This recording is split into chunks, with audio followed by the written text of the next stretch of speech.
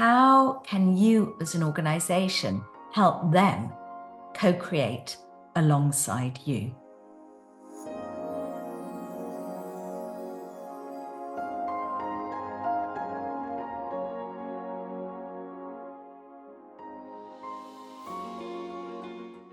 Well, Generation Z within 3 years is going to make up a third of the global workforce.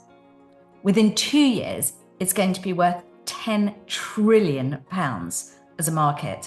And yet, companies who've often thought very hard about millennials are only starting to get their heads around who Gen Z are. They're actually very different to the millennials. Different, in fact, to all generations. And that's because they've been shaped by 3 fundamental forces.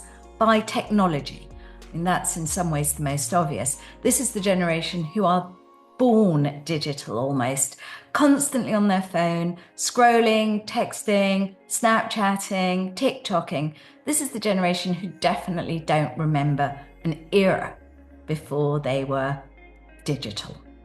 But they've also been shaped by 2 other forces, by a series of economic downturns, because this is also the generation that were forged by the 2008 financial crisis, by the economic downturn around the pandemic, and now, of course, are still continuing to face an environment in which cost of living continues to go up, and things like the affordability of housing or rent is increasingly a pressure. They've also the generation that's been shaped by what we might think of as a world of existential threat, because this is the generation that have also been shaped by waves of terrorist attacks, whether we're talking Manchester, Hamburg, Boston, Munich. The generation have also been shaped by climate change, wildfires, flooding. The generation who've also witnessed on our TV screens, all too often in recent times, war. And it's not that the world is necessarily more dangerous than it ever was, it's that this generation experiences this danger differently, 24/7, repeatedly on their phones. And it's for these 3 reasons, downturn, danger, and also technology, that I actually don't call this generation Generation Z, I call them Generation K. K after Katniss Everdeen, the heroine of the Hunger Games. Because for this generation, like for Katniss, the world is no oyster. Instead, it's increasingly unequal, dystopic, and harsh.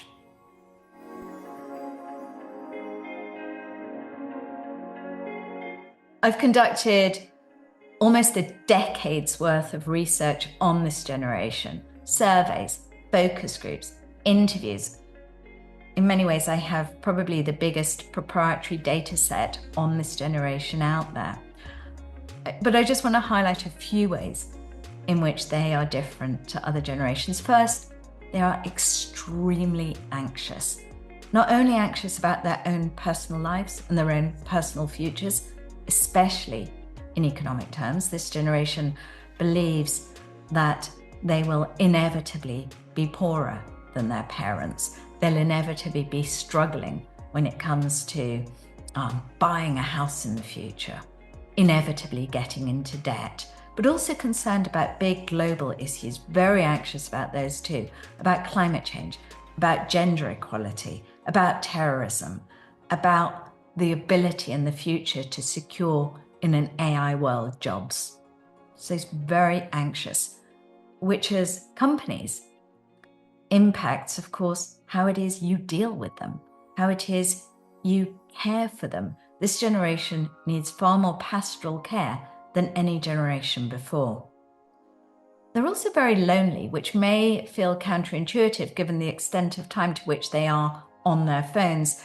But 1 in 5 of this generation says that they don't have a single friend at all. 8 in 10 say that they are lonely, sometimes or often. And this impacts the workplace because we know that lonely workers are less productive, less motivated, more likely to quit, than workers who are not.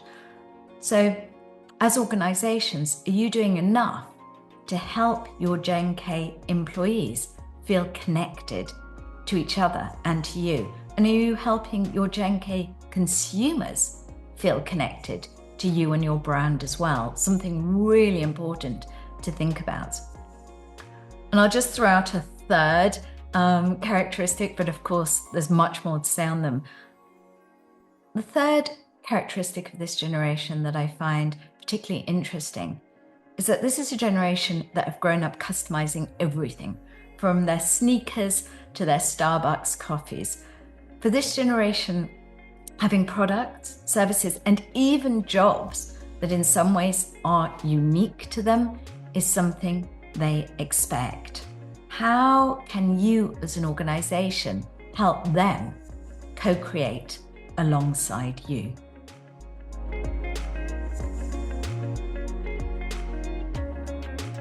I hope they come away smarter about the forces that are shaping our world, which is incredibly complex right now. Technological, political, geopolitical, economic, societal. Be smarter about how these forces interact, but also about how they impact businesses in very real terms. I hope too that they come away with new brain food, with things that they hadn't thought about before, new insights, new understanding, new perspective, new lens through which to look at the world. And I hope they come away with concrete tools that they can actually deploy at work so that they can make smarter, more strategic decisions, better decisions, with more confidence and more degree of success. Ultimately, I hope that my audience comes away with these three things: being more informed, more illuminated, and also, I hope, more inspired.